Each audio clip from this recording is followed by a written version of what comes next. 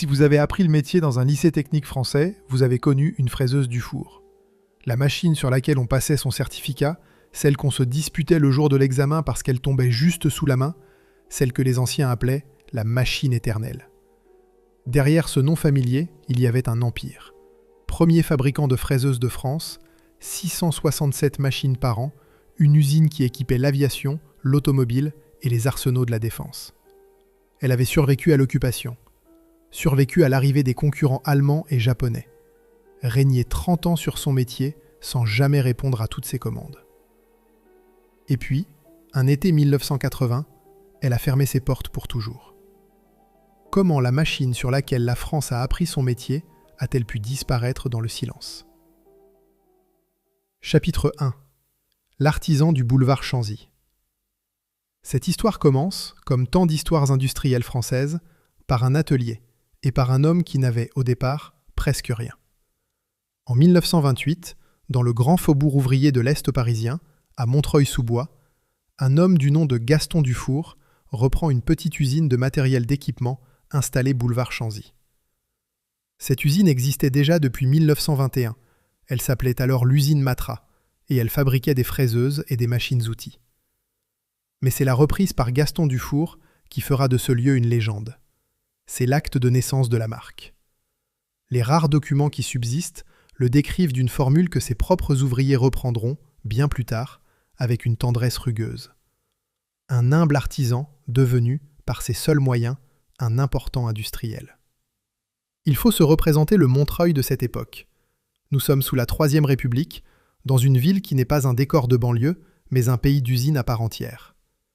Ici voisine la pocerie, le caoutchouc, la métallurgie et même le cinéma des premiers temps. On y travaille le cuir, on y coule le métal, on y assemble des machines. Les cheminées fument. Les rues résonnent, à 6 heures du matin, du pas des ouvriers qui rejoignent l'atelier. C'est dans ce tissu-là, dense, laborieux, sûr de lui, que Gaston Dufour installe sa maison. Et cette maison grandit. Régulièrement, patiemment, comme grandit une entreprise dirigée par un homme qui connaît chaque machine de son atelier. Vers 1944, l'usine emploie environ 70 salariés. 10 ans plus tard, en 1954, ils sont 280. Le site lui-même s'étend, dévore le boulevard Chanzy numéro après numéro.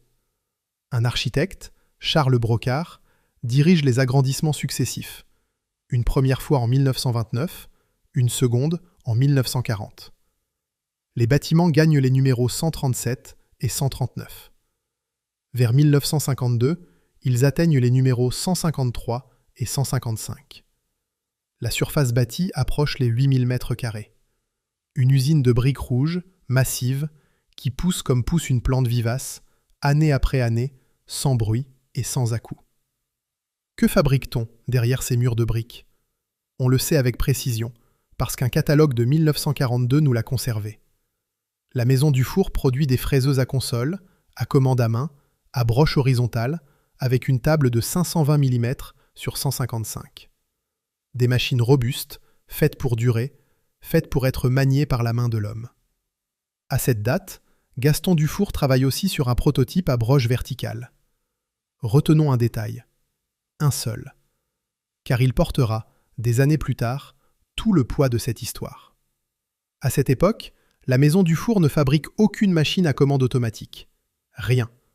Que de la belle mécanique manuelle. Le geste de l'ouvrier, la fonte, l'acier, et rien d'autre entre les deux. Personne alors n'y voit une faiblesse. Comment pourrait-on ? La belle mécanique manuelle, c'est exactement ce dont la France a besoin.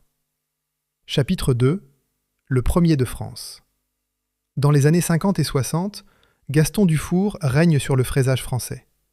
Le mot n'est pas trop fort. En 1950, la maison est une société à responsabilité limitée au capital de 100 000 francs. Modeste sur le papier. Et pourtant, l'État la tient déjà pour stratégique. En 1951, le personnel de l'usine de Montreuil figure parmi ceux que l'on prévoit de maintenir à leur poste en cas de guerre. On ne classe pas ainsi un atelier ordinaire. On classe ainsi une maison dont on estime qu'elle compte pour la nation. Il existe un chiffre qui le dit sans détour. En 1957, une statistique du syndicat des constructeurs de machines-outils place Gaston Dufour au premier rang des fabricants français de fraiseuses.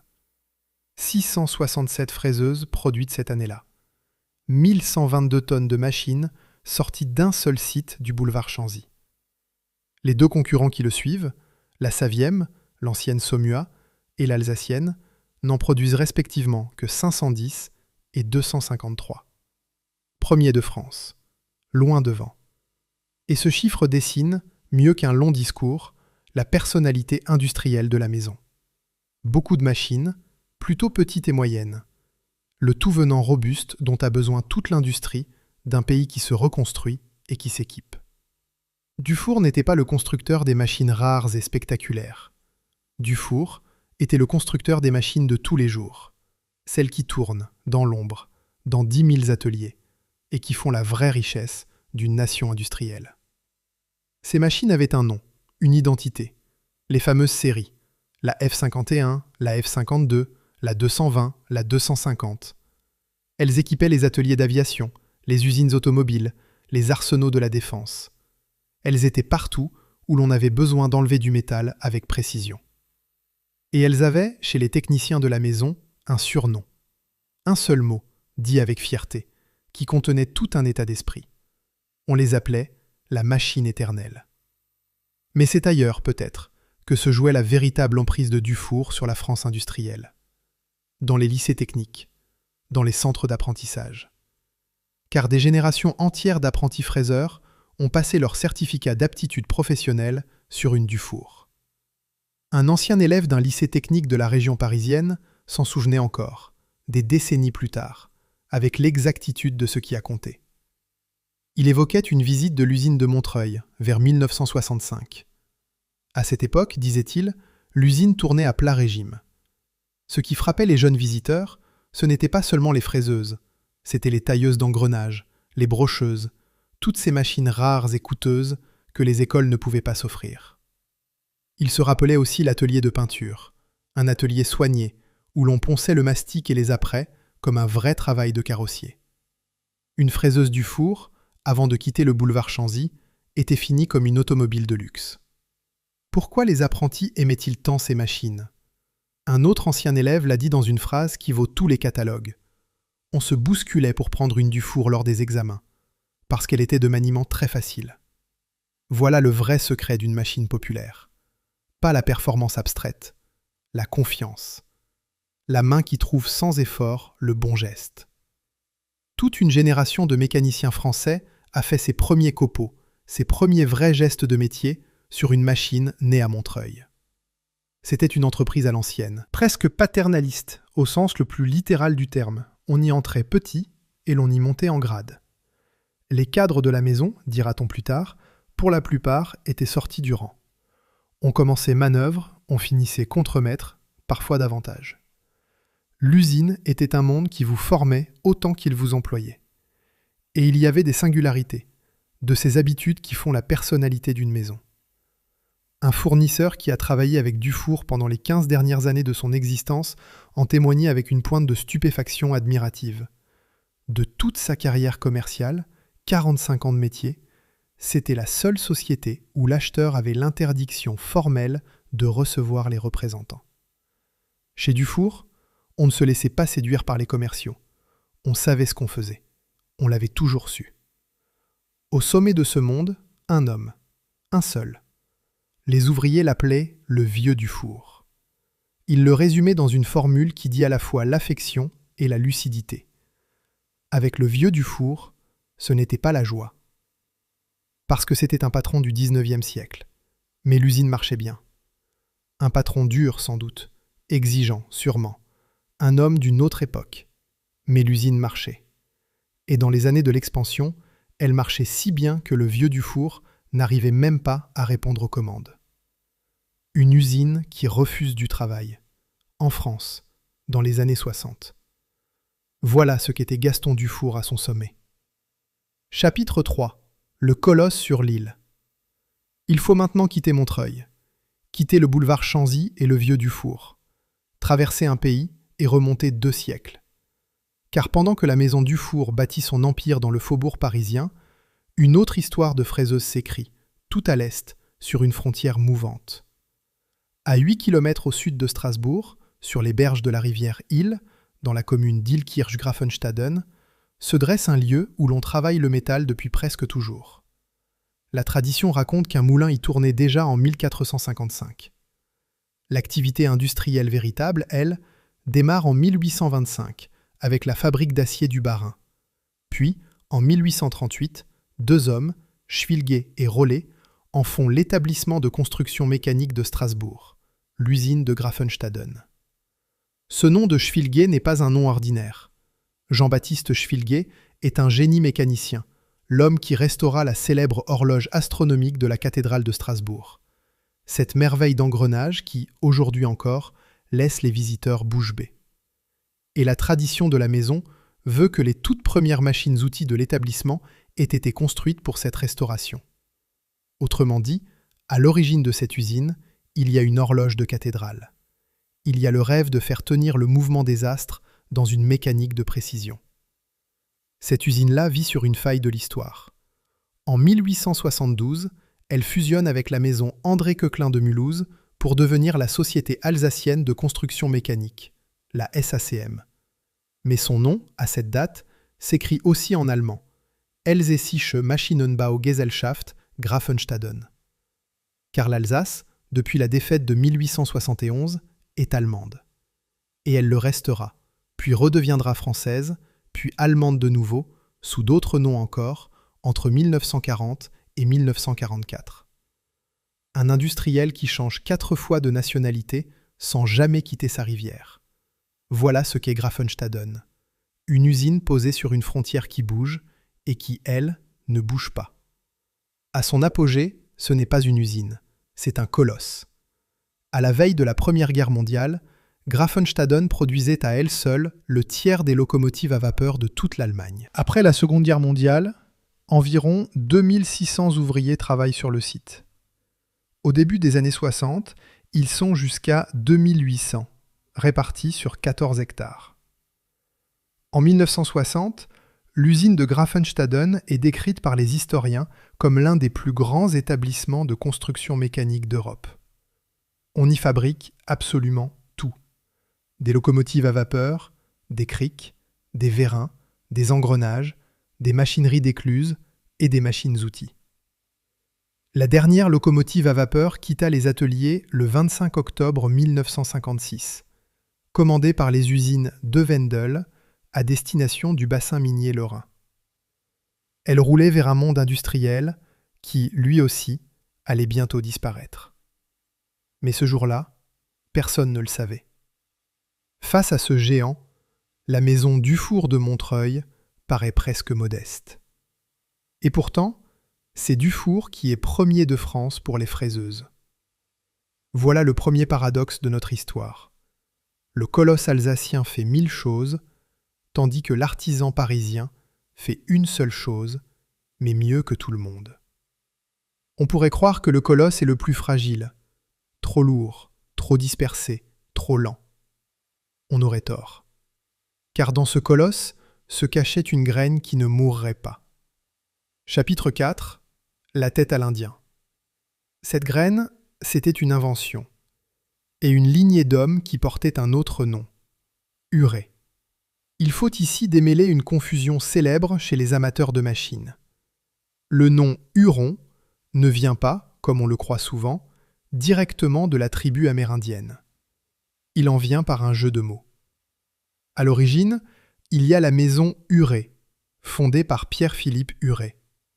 Son fils, Léon Huré, rejoint l'affaire en 1913. Et le nom Huron, dit-on, serait tout simplement la contraction de Huré et de Léon. Hur-on. La légende d'Atelier ajoute que l'homonymie avec la nation Huronne du Canada tombait à pic. C'est de là que vient le fameux logo à tête d'Indien qui orne encore les machines aujourd'hui. Un jeu de mots devenu un emblème mondial. Mais l'essentiel n'est pas dans le nom, il est dans l'invention. Car cette lignée a donné au monde une chose qui allait changer le fraisage pour toujours. La tête universelle a 2 axes de rotation. La tête à double pivot. celle que les fraiseurs du monde entier appelleront tout simplement la tête Huron. Selon la brochure historique de la maison, cette tête universelle est inventée dès 1894 et présentée à l'exposition industrielle Les Grandes Usines. Une autre source, plus tardive, situe l'invention en 1904. Les deux dates circulent, nous les mentionnons l'une et l'autre.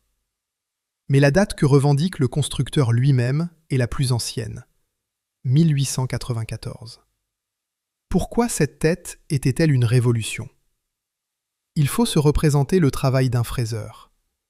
Sur une machine ordinaire, la broche, l'organe qui tient l'outil coupant, ne peut prendre qu'une position, ou deux.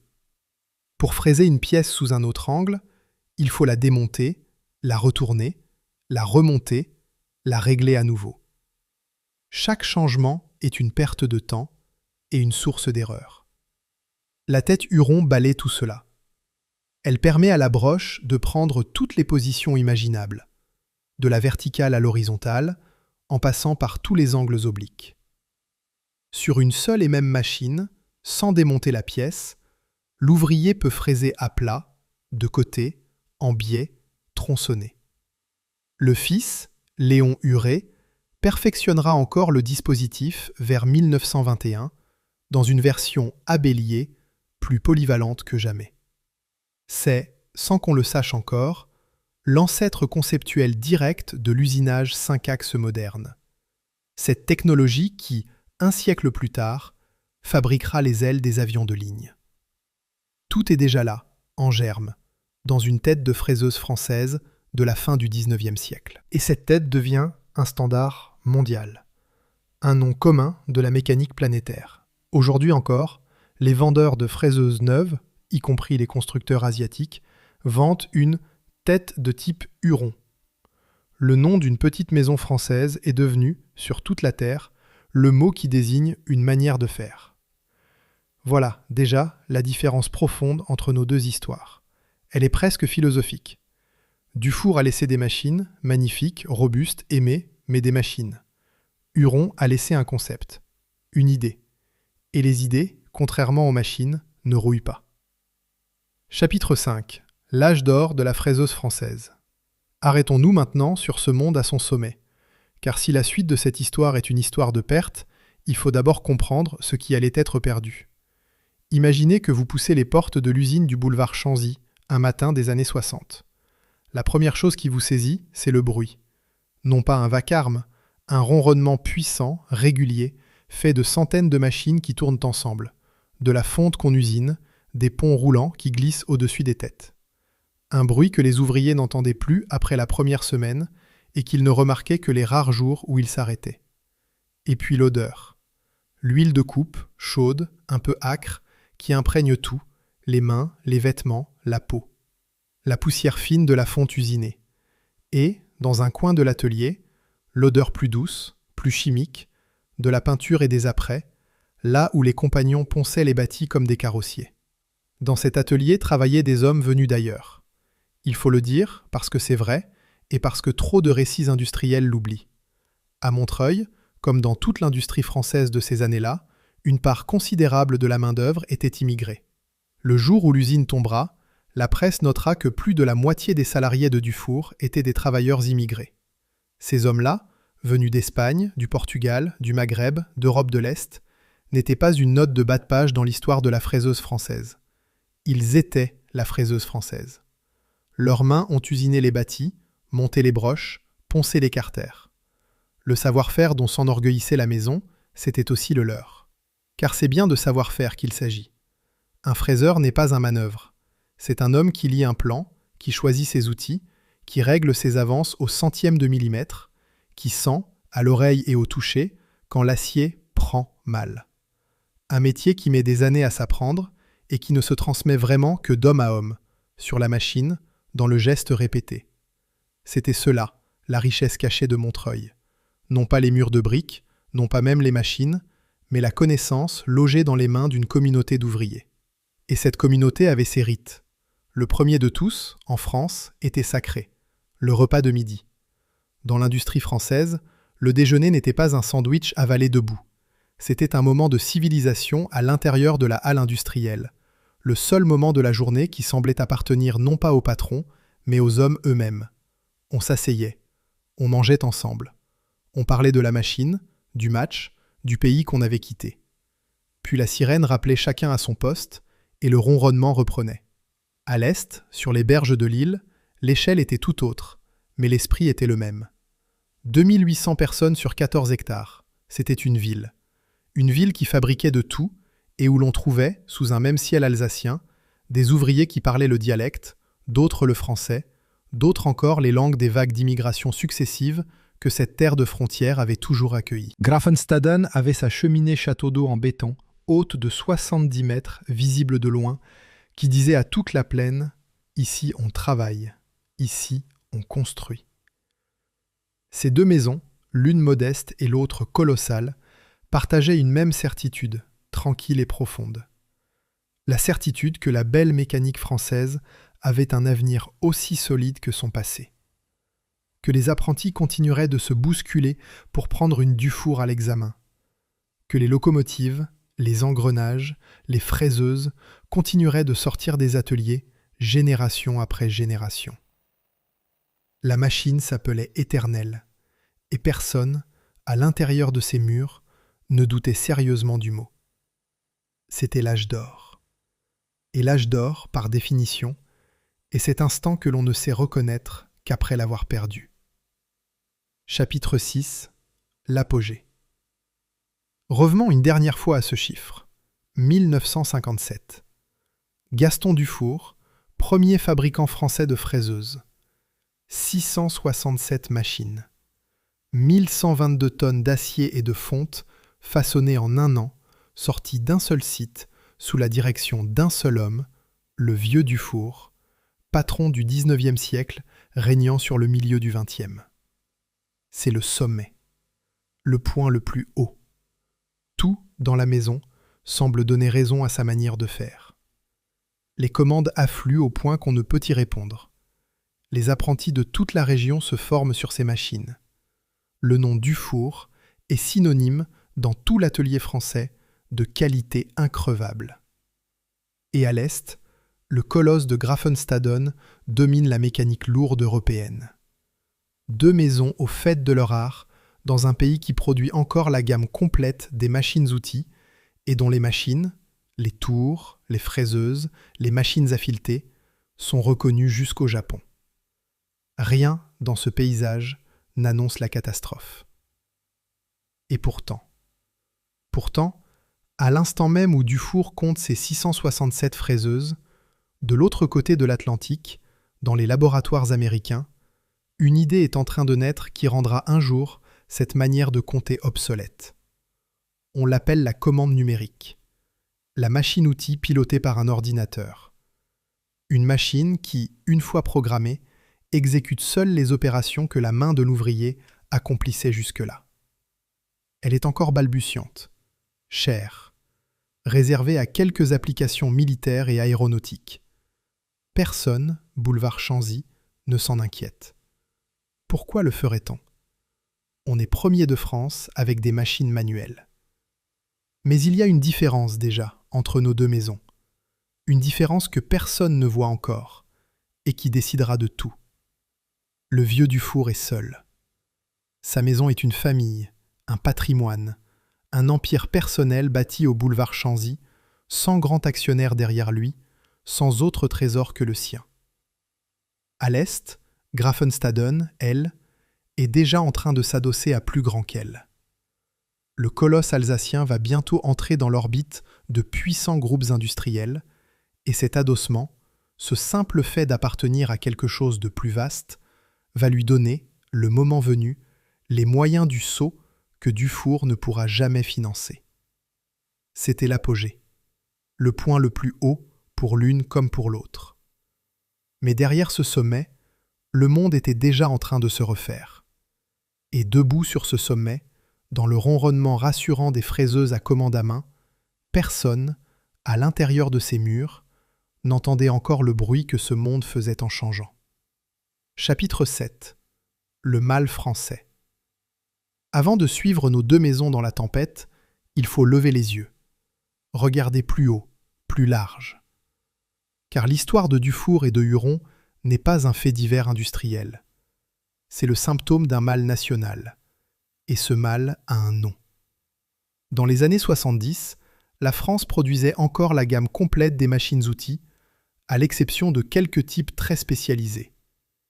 Et ces machines n'étaient pas médiocres. Les tours Cazeneuve et Berthier se fabriquaient sous licence au Japon, qui n'achetait pas n'importe quoi. Les machines à fileter Kridan se vendaient dans le monde entier.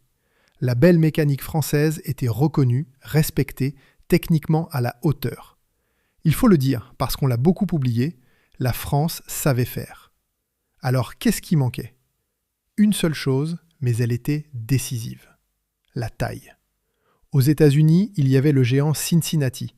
En Allemagne, il y avait de très nombreuses entreprises de 500 à 2000 personnes. Assez grandes pour investir dans la recherche, l'innovation, l'exportation et pourtant encore à l'échelle humaine. C'est cette catégorie d'entreprises qui, en France, manquait cruellement. On en comptait au plus 4 ou 5. Et parmi ces 4 ou 5 maisons de bonne taille, il y avait, justement, Graffenstaden. Graffenstaden était dans la bonne catégorie. Dufour, avec ses 700 personnes, était à la lisière. Trop grand pour être un atelier, trop petit et trop seul pour être un vrai groupe. Voilà déjà une part de l'explication qui nous attend. Pourquoi cet émiettement ? Un observateur de la filière l'a diagnostiqué d'une formule qui blesse parce qu'elle est juste. Un travers bien français, écrivait-il, qui fait que l'on préfère végéter seul que de s'entendre avec un concurrent. La rivalité entre familles, entre cousins, entre maisons voisines. Chacun voulant son enseigne, son nom sur la fonte, son petit royaume. Là où l'allemand fusionnait, le français se divisait. Là où l'allemand faisait masse, le français faisait chapelle. Et puis vint la commande numérique. Et avec elle, une histoire qui, à elle seule, résume le génie français pour se tirer une balle dans le pied. Car la commande numérique, ce n'était pas seulement des machines. C'était aussi les armoires de commande, l'électronique, le cerveau. Au début des années 70, 3 Français s'y lancèrent. Alcatel, qui s'était même ouvert un marché important en Union soviétique. Télémécanique, très bien introduit chez les constructeurs français et jusqu'en Allemagne. Et un petit inventeur, assez génial, du nom de Feutrier. 3 acteurs, 3 chances. Et l'État s'en mêla. Il décréta que 3, c'était 2 de trop. Et il décida, contre l'avis formel de tous les constructeurs de machines, de confier l'avenir de la commande numérique française au seul petit Feutrier. Feutrier, dont les concurrents s'appelaient General Electric aux États-Unis et Siemens en Allemagne. Feutrier, le pot de terre désigné d'office pour affronter les pots de fer. Le résultat ne se fit pas attendre. Le petit Feutrier ne fit pas long feu. Et avec lui disparut le service après-vente de tout ce qui avait été vendu, jusqu'aux armoires Alcatel installées en Russie, soudain orphelines. Retenez ce nom, Feutrier, car il va croiser notre histoire d'une manière cruelle. Souvenez-vous, quand la maison Dufour livra sa toute première fraiseuse à commande numérique, à la fin des années 70, cette machine était équipée d'un directeur de commande Feutrier. Dufour avait misé, pour son entrée dans l'ère numérique, sur le cheval que l'État avait choisi, et que l'État allait laisser mourir. 2 fragilités françaises attelées l'une à l'autre. On ne pouvait pas mieux résumer l'époque. Puis le sol se déroba pour tout le monde à la fois. Entre 1981 et 1984, le marché mondial de la machine-outil s'effondra de 34%. Un tiers du marché évaporé en 3 ans. Les importations, elles, ne cessaient de monter. 1,5 milliard de francs en 1979, 4 milliards 200 millions en 1986.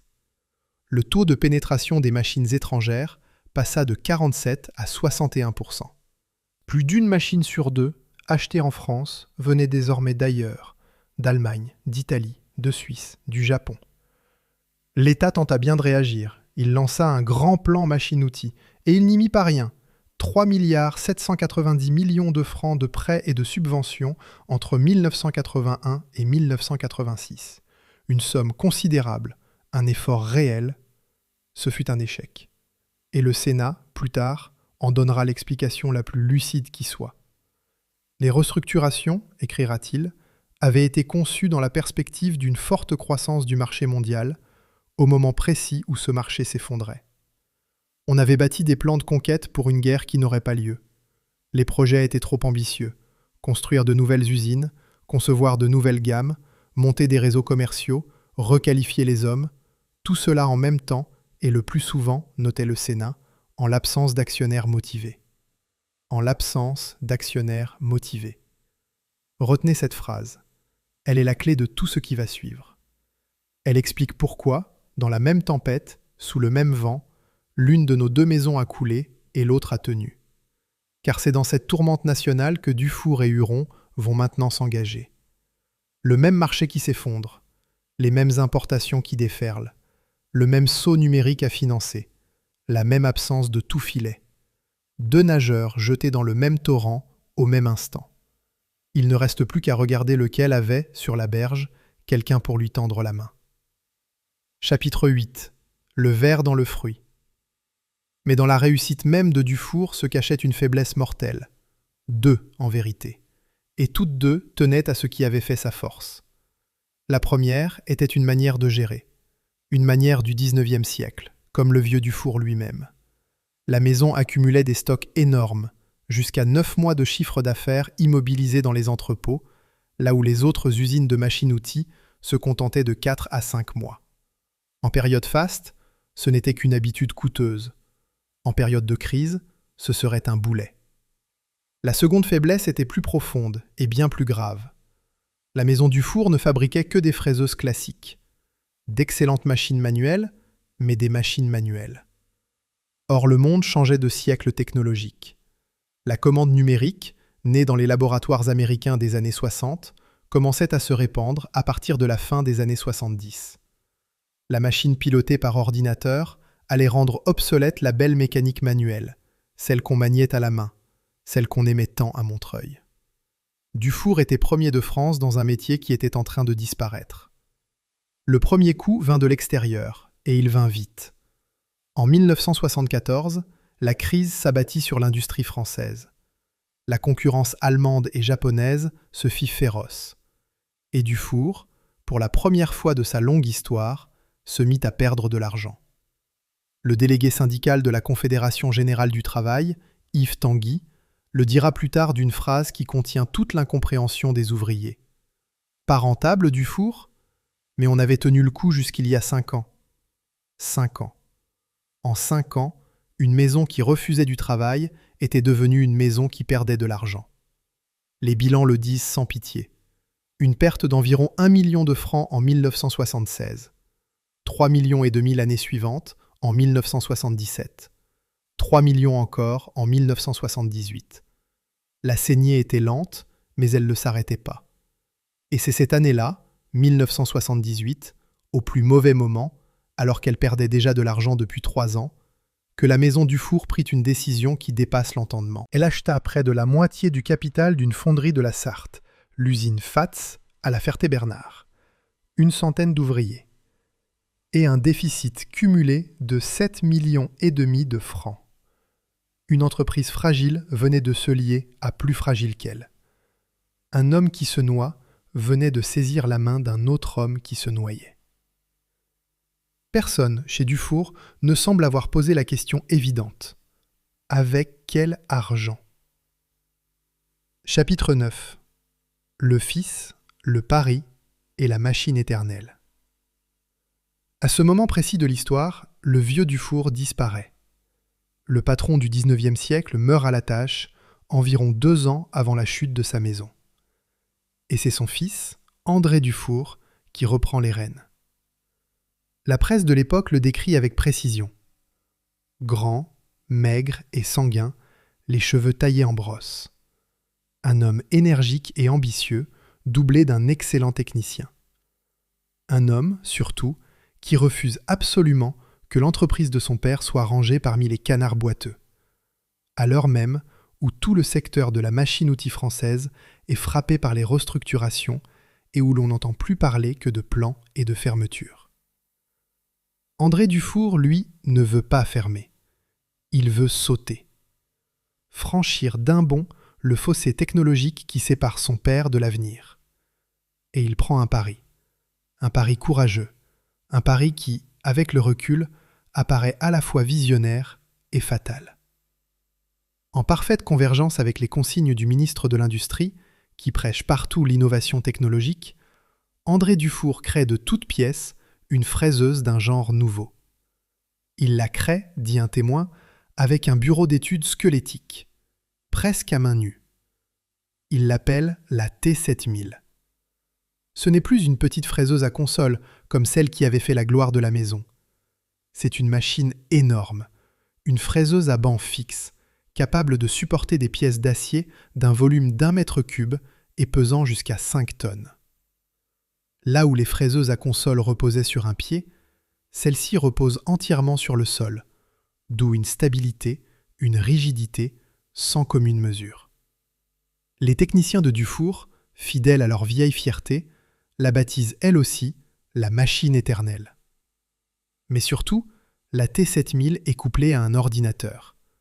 Une fois programmée, elle commande seule toutes les opérations grâce à un changeur d'outils automatique, sans intervention humaine, avec une précision de 7 microns, 7 millièmes de millimètre. On espérait même descendre à 5 microns. Loin devant les machines étrangères du même type, disait-on boulevard Chanzy. Sur le papier, c'était le saut vers l'avenir. En une seule machine, André Dufour tentait de rattraper 20 ans de retard sur la commande numérique. De faire, d'un coup, ce que la maison n'avait jamais voulu faire pas à pas. Il faut être juste, la maison n'était pas totalement absente du numérique. Un ancien enseignant se souvenait d'avoir reçu la première commande numérique Dufour dès 1979, équipée précisément du directeur de commande feutrier, celui-là même que l'État allait laisser périr.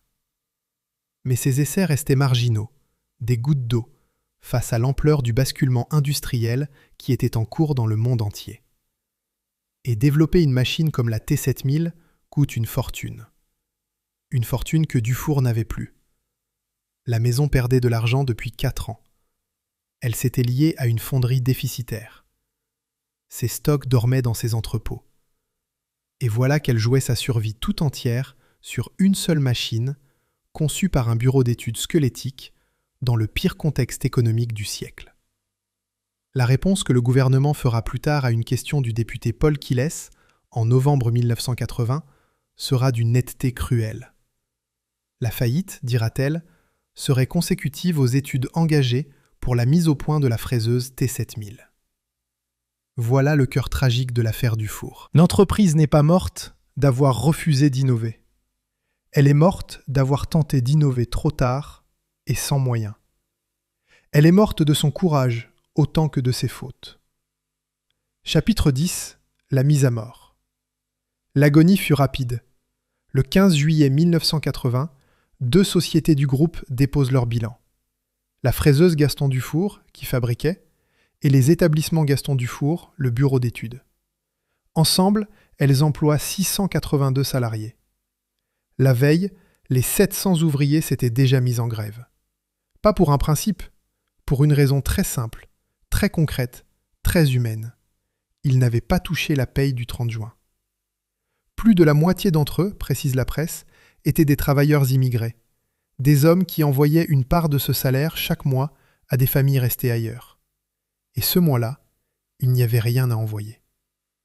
Le 16 juillet, le tribunal de commerce de Paris prononce la mise en règlement judiciaire.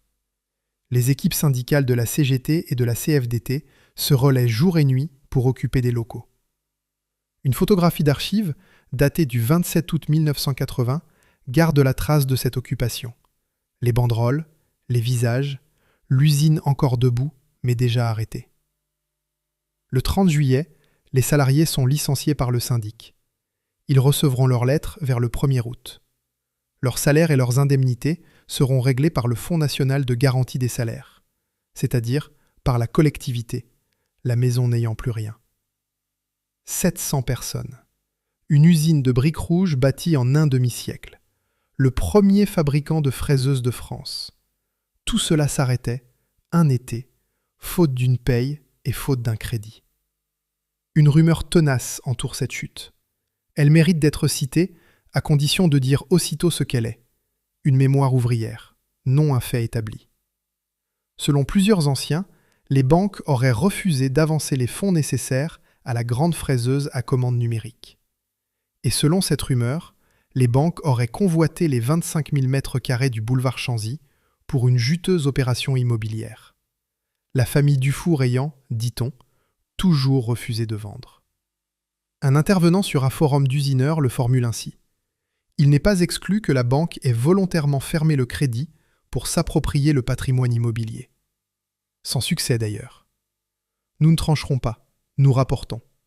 Ce qui est certain, c'est que pour la première fois dans l'histoire de la maison, tout le monde avait fait grève sur le tas, du patron aux ouvriers en passant par l'encadrement. Le patron du XIXe siècle était mort, et son fils faisait grève dans sa propre usine. Chapitre 11. La lente dissolution. L'histoire ne s'arrête pas net en 1980. Elle s'éteint lentement, ce qui est parfois pire. Le tribunal ordonne une expertise pour évaluer une reprise. Le 21 novembre 1980, il accepte la proposition de 2 sociétés, Promat et Profel, qui reprennent l'activité en location-gérance. On crée même, en 1981, une société baptisée Dufour Industrie. On y nomme un directeur du développement. On y croit peut-être encore un peu. Mais rien n'y fait. Un second dépôt de bilan a lieu en 1982. Le site conserve une activité résiduelle jusqu'à la fin de la décennie, puis s'éteint tout à fait. Les effectifs racontent la fin mieux que tout récit. 730 salariés en 1979, 345 en 1982, puis plus rien. Aujourd'hui, les bâtiments de briques rouges du boulevard Chanzy existent toujours. Ils sont même inscrits à l'inventaire général du patrimoine culturel, sous un nom qui est à lui seul un raccourci de toute l'histoire. Usine Matra, puis Machine Dufour, puis Profel Promat. Ils abritent désormais des entrepôts commerciaux. Là où l'on usinait la machine éternelle, on stocke aujourd'hui des marchandises. La belle mécanique s'est tue, le commerce a pris la place. Et pourtant, dans les ateliers de France, des milliers de fraiseuses Dufour tournent encore. Restaurées avec amour par des passionnés. Une Dufour 250 des années 80 se négocie toujours sur les sites d'occasion. Les archives techniques ont été recueillies par une maison lorraine, RMO, installée à Moyen, en Meurthe-et-Moselle, qui assure encore aujourd'hui le service après-vente officiel des fraiseuses Gaston Dufour et détient le stock de pièces détachées. La machine a survécu à son fabricant. C'est la définition même d'une machine éternelle, dont l'entreprise, elle, était mortelle. Un ancien résumait l'amertume collective sur un forum dans une phrase qui sonne comme une épitaphe. Dufour, comme Ernaud, Saumua, Alcera, Gambin, Vernier, n'apparaît même pas dans la liste de référence mondiale des constructeurs. Ça sent l'oubli en douceur. L'oubli en douceur. Il n'y a pas de meilleure description de la manière dont meurt une industrie. Chapitre 12. L'autre chemin. Comment Graffenstaden n'est pas morte. Revenons maintenant sur les berges de l'île. Car il faut être honnête, et l'honnêteté est ici la clé de toute l'histoire. Graffenstaden aussi a failli mourir. Le colosse alsacien n'a pas été épargné par la tempête. Il a été frappé, lui aussi, et durement. La différence n'est pas qu'il a échappé au naufrage. La différence, c'est ce qui a été sauvé du naufrage. L'historien Luc Jeanvoine a consacré à cette agonie un article resté célèbre. Il l'a intitulé « Le dépérissement de l'usine de Graffenstaden » et il l'a publié en 2001 dans un numéro de revue qui portait, symbole cruel, le titre « Grand naufrage industriel ». Il y décrit une implosion. À partir de 1960, le géant perd les 4/5 de ses effectifs. De 2600 ouvriers, on tombe à quelques centaines, perdus dans des bâtiments devenus trop grands pour eux, comme un vieil homme dans les vêtements de sa jeunesse. Les propriétaires changent. La vieille SACM s'efface. L'usine est intégrée dans les années 60 au groupe Alcatel. Puis, en 1970, la fusion d'Alcatel et de la Compagnie industrielle des téléphones, au sein de la Compagnie générale d'électricité, donne naissance à CIT Alcatel. Et c'est ici, exactement ici que les deux histoires se séparent pour toujours. Car ce passage sous de grands groupes puissants a un effet que Jean Voine souligne et qui décide de tout. Il permet, écrit-il, le passage à la machine-outil à commande numérique et à la fabrication de tours pour l'industrie automobile. Là où Dufour, entreprise familiale isolée, seule avec son patrimoine et son courage, n'avait pas les moyens de la commande numérique, Graffenstaden, adossé à plus grand qu'elle, a pu franchir le pas. Le même obstacle, le même gouffre technologique. Deux maisons devant le même fossé. L'une avait un actionnaire pour la porter. L'autre n'avait que le vieux Dufour, puis son fils, et un bureau d'études squelettiques. Le grand ensemble alsacien, lui, finit par mourir. Une note d'archives, citée par Jean Voine, est glaçante de sobriété. Le quotidien Dernières Nouvelles d'Alsace, le 23 septembre 1986, titre « 830 salariés concernés, Graffenstaden, dépôt de bilan ». Un plan social est présenté le 12 décembre 1986 par une intersyndicale. Mais, et c'est tout le sujet de cette histoire, de cette carcasse gigantesque, deux petites graines survivent. Comme deux graines dans les cendres d'un incendie de forêt. D'un côté, la fabrication d'engrenages.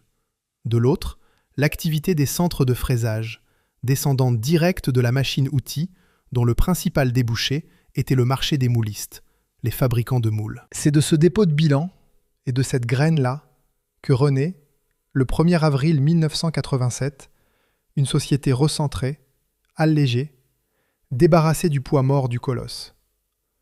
Une société qui portera bientôt le nom devenu légende. Huron, Graffenstaden. Chapitre 13. Le sceau, les rachats et le sauveur venu de l'Inde. L'entité moderne était en réalité née d'un mariage antérieur.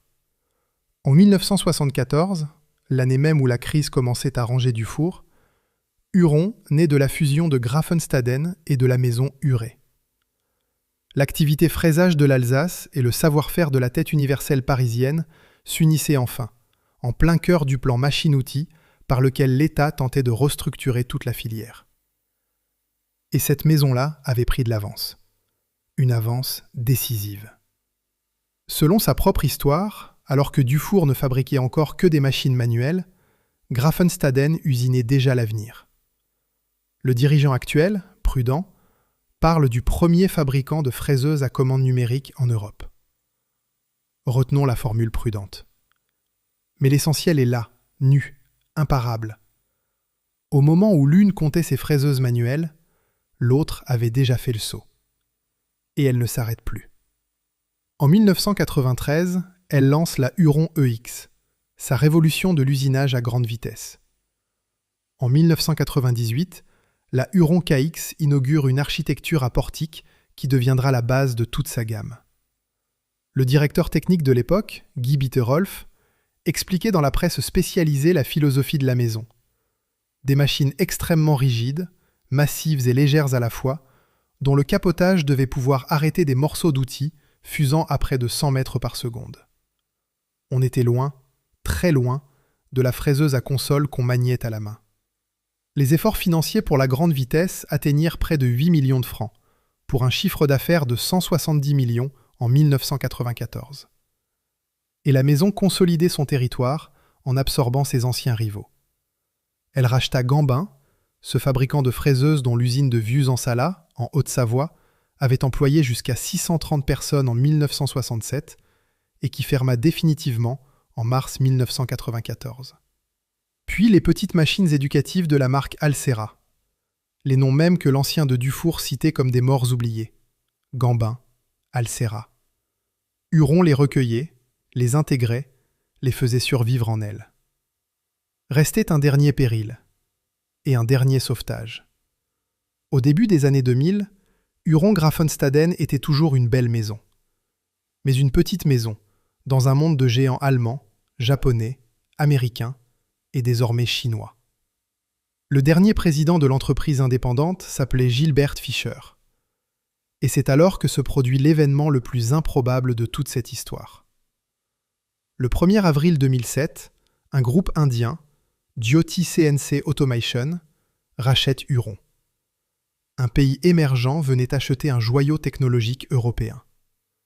Le communiqué de Giotti l'annonçait en ces termes. Giotti a acquis Huron Grafenstaden, géant français de la machine-outil, vieux de 140 ans. Au registre du commerce, Giotti succéda à Gilbert Fischer à la présidence. L'entreprise comptait alors, selon l'un de ses dirigeants, 119 personnes. La logique était limpide. Giotti était spécialisé dans les tours. Huron, dans le fraisage 5 axes haut de gamme, avec une clientèle de rêve que l'Indien énumérait lui-même dans son communiqué, presque avec gourmandise, Boeing, Airbus, la NASA, BMW, Volkswagen, Daimler Chrysler, Fiat, Toyota, Volvo. En rachetant Huron, Giotti accédait d'un coup à la technologie du fraisage de précision et au marché européen. En retour, Huron gagnait un actionnaire aux poches profondes et une base industrielle compétitive, car depuis le rachat, une partie des pièces de structure est fabriquée dans les usines indiennes de la maison mère. Un actionnaire aux poches profondes. Voilà, en 5 mots, tout ce que Dufour n'avait jamais eu. Chapitre 14. Ce qui reste aujourd'hui. En juillet 2026, Huron Grafenstaden est bien vivante.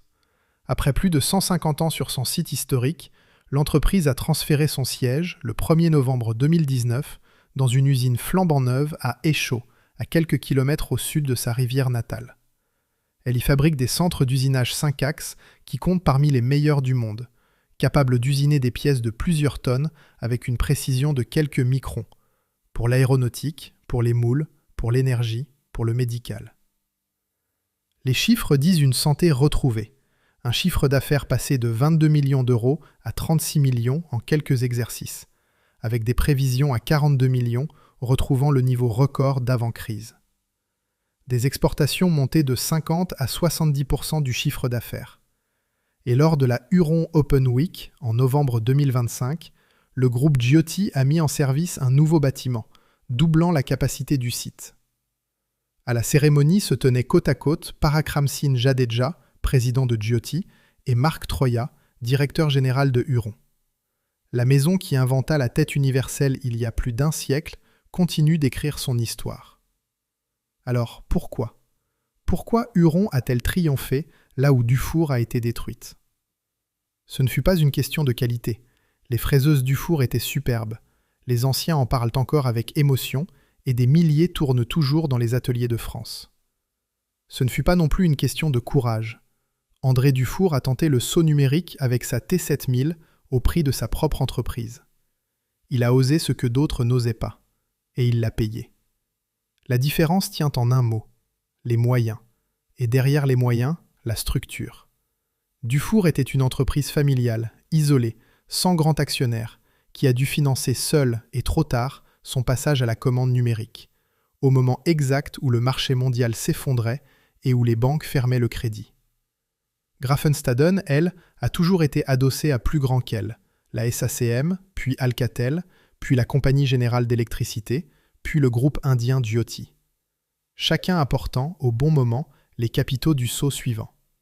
Le rapport du Sénat sur l'avenir de la machine-outil française, en 1987, l'avait diagnostiqué pour toute la filière.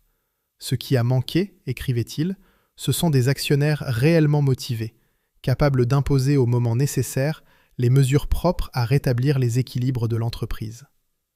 Dufour n'a pas eu cet actionnaire. Huron l'a eu, 3 fois plutôt qu'une. Il reste, boulevard Chanzy, une façade de briques rouges où l'on entrepose aujourd'hui des marchandises.